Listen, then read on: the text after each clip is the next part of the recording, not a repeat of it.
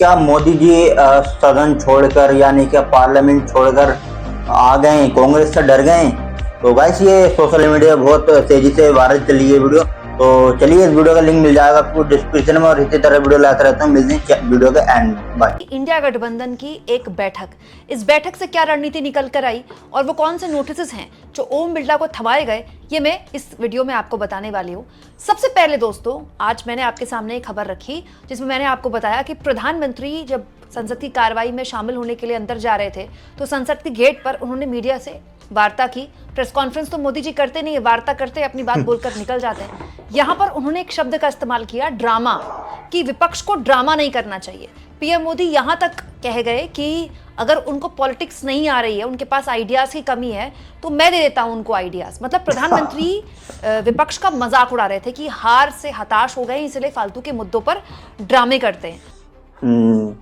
Drama करने के लिए जगह बहुत होती है, जिसको करना है करते रहें। यहां ड्रामा नहीं, डिलीवरी होनी चाहिए। नारे के लिए भी जितने नारे बुलवाने हैं, वो पूरा देश खाली पड़ा है। जहां पराजित होकर के आए वहां बोल चुके हो, जहां अभी पराजय के लिए जाने वाले हो वहां भी बोल दीजिए। लेकिन यहां तो नारे नहीं, नीति पर बल देना चाहिए और वो आपकी नीयत होनी चाहिए। प्रधानमंत्री मोदी की इस ड्रामे वाली भाषा पर विपक्ष हमलावर हो गया है। विपक्ष ये कह रहा है कि दरअसल जानबूझकर इस तरह की बातें बोली जाती हैं ताकि विपक्ष को डिमोरलाइज किया जाए और इसी पर बात हो, लेकिन मोदी जो चाहते हैं वो होने वाला है नहीं। दोस्तों, मल्लिकार्जुन खड़गे ने प्रधानमंत्री मोदी के इस ड्रामे वाले शब्द पर जबरदस्त तरीके से आपत्ति जाहिर करते हुए कहा है, शीतकालीन सत्र के पहले दिन प्रधानमंत्री नरेंद्र मोदी जी ने संसद के समक्ष मुख्य मुद्दों पर बात करने के बजाय फिर से ड्रामेबाजी की डिलीवरी की है। असलियत यह है कि संसदीय मर्यादा और संसदीय प्रणाली को पिछले 11 साल से सरकार ने लगातार कुचला है और उसकी लंबी फहरिस्त है। पहले मॉनसून सत्र में कम से कम 12 बिल जल्दबाजी में पारित कर दिए, कुछ 15 मिनट से भी कम समय में और कुछ बिना चर्चा के। पूरे देश ने पहले भी देखा है कि किस तरह आपने किसान विरोधी काले कानून, जीएसटी, भारतीय नागरिक सुरक्षा संहिता जैसे बिल संसद में आनन फानन में बुलडोज किए। इसी संसद में जब मणिपुर का मुद्दा उठा तो आप तब तक चुप रहे जब तक विपक्ष अविश्वास प्रस्ताव नहीं लाया। एसआईआर प्रक्रिया में काम के बोझ के कारण बीएलओज लगातार जान दे रहे हैं। विपक्ष वोट चोरी सहित अन्य मुद्दों को प्राथमिकता देना चाहता है और संसद में इसे लगातार उठाएंगे। भाजपा को अब ध्यान भटकाने का ड्रामा खत्म करना चाहिए और जनता के असली मुद्दों पर संसद में बहस होनी चाहिए। सच्चाई यही है कि आम आदमी बेरोजगारी, महंगाई, आर्थिक असमानता और देश के बहुमूल्य संसाधनों की लूट से जूझ चुका है और सत्ता में बैठे लोग सत्ता के अहंकार में ड्रामेबाजी का खेल खेल रहे हैं। मल्लिकार्जुन खड़गे कह रहे हैं कि मोदी जानबूझकर ऐसी भाषा का इस्तेमाल कर रहे हैं, ड्रामे जैसी भाषा का, क्योंकि मोदी जानते हैं कि वो जब ऐसी भाषा का इस्तेमाल करेंगे तो विपक्ष दूसरे मुद्दों को छोड़कर इसी मुद्दे पर आ जाएगा, लेकिन ऐसा होने वाला नहीं है। असली ड्रामेबाजी तो मोदी करते हैं। वहीं लोकसभा में कांग्रेस पार्टी के उप नेता गौरव गोगोई ने कहा, प्रधानमंत्री मोदी ने भारत की संसद को हाईजैक कर लिया है। प्रधानमंत्री राजनीतिक दलों द्वारा उठाए गए किसी भी बड़े मुद्दे पर जवाबदेह नहीं होना चाहते। सदन के नेताओं की बैठक में विपक्ष के सभी राजनीतिक दल भारतीय चुनावी प्रणाली पर चर्चा करना चाहते थे, फिर भी इस सप्ताह के संसदीय एजेंडे में इसे चर्चा को शामिल करने से साफ इनकार कर दिया गया। राजनीतिक दल चाहते हैं कि संसद सत्ता पक्ष, पीएम मोदी ने कहा है कि विपक्ष ड्रामा करता है, तो अखिलेश यादव ने चुटकी लेते हुए कहा, वो तो सबको पता है कौन ड्रामा करता है, आप लोगों को भी पता है कि संसद के अंदर या बाहर पॉलिटिक्स में कौन ड्रामा करता है। सही बात है दोस्तों, ये है अखिलेश यादव द्वारा शेयर किया ट्वीट। इसका उन्होंने अपने बाइट में भी बोला था, मीडिया से जब वो बात कर रहे थे संसद में, तब भी बोला कि ये ड्रामा नहीं है, हकीकत है कि रुपया लगातार लुढ़क रहा है और इसमें बिल्कुल कोई दो राय नहीं है दोस्तों कि इस सरकार के रहते जितना रुपए डॉलर के मुकाबले लुढ़का है, ऐसा कभी नहीं लुढ़का है। दोस्तों, जब पूर्व प्रधानमंत्री डॉक्टर मनमोहन सिंह ने मोदी को सत्ता सौंपी थी तो रुपया था 63.33, मतलब $1 इज इक्वल टू 63 रुपए।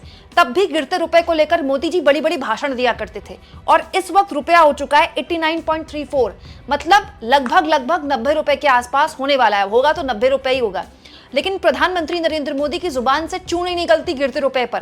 पहले मोदी जी बोलते थे जब रुपया गिरता है तो देश, केवल रुपया नहीं गिरता, भारत सरकार की साख गिरती है। अब मोदी जी से कौन पूछे कि किसकी साख गिर रही है? मोदी जी कहते थे कि इस गिरते रुपए में भारत का व्यापारी टिक नहीं पाएगा। अब बताइए मोदी जी से कौन पूछे कि कौन सा व्यापारी टिक पाएगा? ये कैसे मुद्दे हैं दोस्तों जो इंपॉर्टेंट है। एसआईआर के मुद्दे पर भी बहस होनी चाहिए। क्यों? क्योंकि बात अब केवल पॉलिटिकल नहीं रही भाई, इस देश में बीएलओ जान दे रहे हैं अपनी। ऐसा कभी नहीं हुआ कि इलेक्शन कमीशन कोई प्रक्रिया चला रहा है और देश के बीएलओ जान दे रहे हैं। ये बहुत ही गंभीर मसला है। इलेक्शन कमीशन इस पर आंख मूंद सकता है, लेकिन भारत सरकार कैसे आंख मूंद सकती है?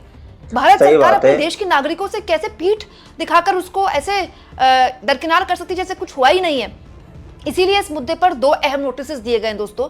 ओम बिरला को आज मनिकम टैगोर जो कि चीफ व्हिप हैं कांग्रेस पार्टी के, उन्होंने एडजर्नमेंट मोशन दिया है ताकि सारा कामकाज छोड़कर केवल एसआईआर के मुद्दे पर बहस की जाए। और एसआईआर के मुद्दे पर बहस हो सकती है, चुनाव सुधारों पर इससे पूर्व में भी बहस हुई है। विपक्ष कह रहा है हमको बताइए, हम आपको नियम बता देते हैं, उस नियम के तहत आप चाहें तो बहस करा सकते हैं। संजय सिंह ने राज्यसभा में भी कुछ ऐसा ही नोटिस दिया है कि एसआईआर के मुद्दे पर बहस हो और बिजनेस को फिलहाल के लिए एडजर्न किया जाए और एसआईआर के मुद्दे पर बहस हो।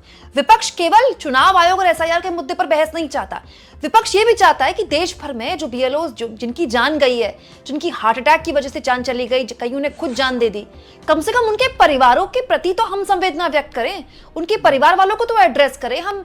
मतलब संसद है, संसद इतनी ज्यादा पत्थर दिल कैसे हो सकती है? दोस्तों इसी को लेकर आज सुबह 11 बजे भी जबरदस्त हंगामा हुआ, संसद की कार्रवाई को बाधित किया गया विपक्ष द्वारा और फिर दोपहर 12 बजे तक के लिए संसद की कार्रवाई को स्थगित कर दिया गया। आपने प्रश्नकाल के अंदर इन विषयों पर चर्चा नहीं होती, ये प्रश्नकाल है।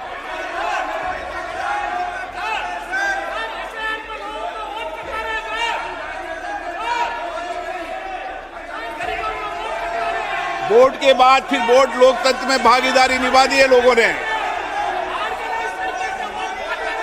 और लोकतंत्र में भागीदारी हो जाएगी।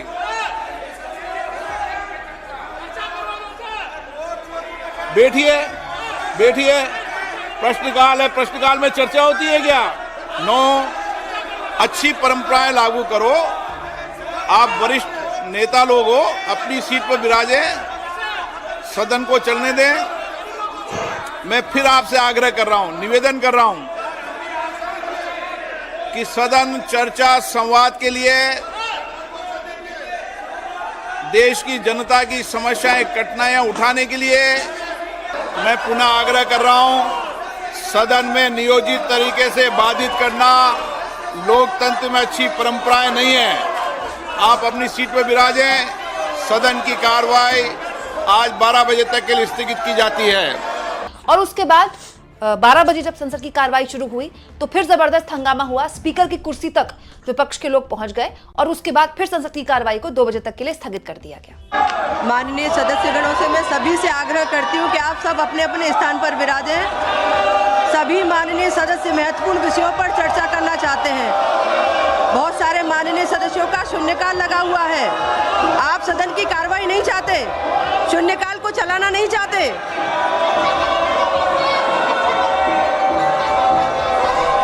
महत्वपूर्ण मुद्दों पर कोई चर्चा नहीं चाहते। हंगामा मच गया है आप भाई। में से ही कितने सदस्य शून्यकाल पर बोलना चाहते हैं? आप सदन को चलने दीजिए। सभा की कार्रवाई 2 बजे तक के लिए स्थगित की जाती है।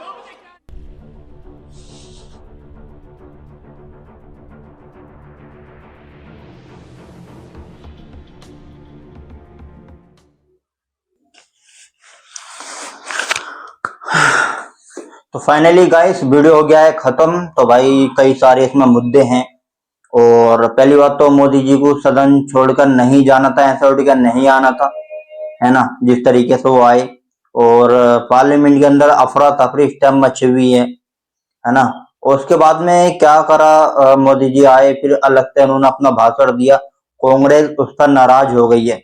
क्या आप ये क्या इल्जाम लगा रहे हैं? बीजेपी कह रही है आप इल्जाम लगा रहे हैं, कांग्रेस कह रही है आप इल्जाम लगा रहे हैं। तो भाई दोनों पार्टी में टकरार चलता रहता है इस टाइम। क्योंकि भाई देखो विपक्ष पार्टी भी इस टाइम हल्की नहीं है कि उनके इल्जाम बहुत अच्छे अच्छे होते हैं, तगड़े तगड़े होते हैं और उनके इल्जामों को देश में इस टाइम सपोर्ट करा जाता है। तो इसलिए बीजेपी को भाई थोड़ा सा सामना करना पड़ता है, दिक्कतों का सामना करना पड़ता है बीजेपी को।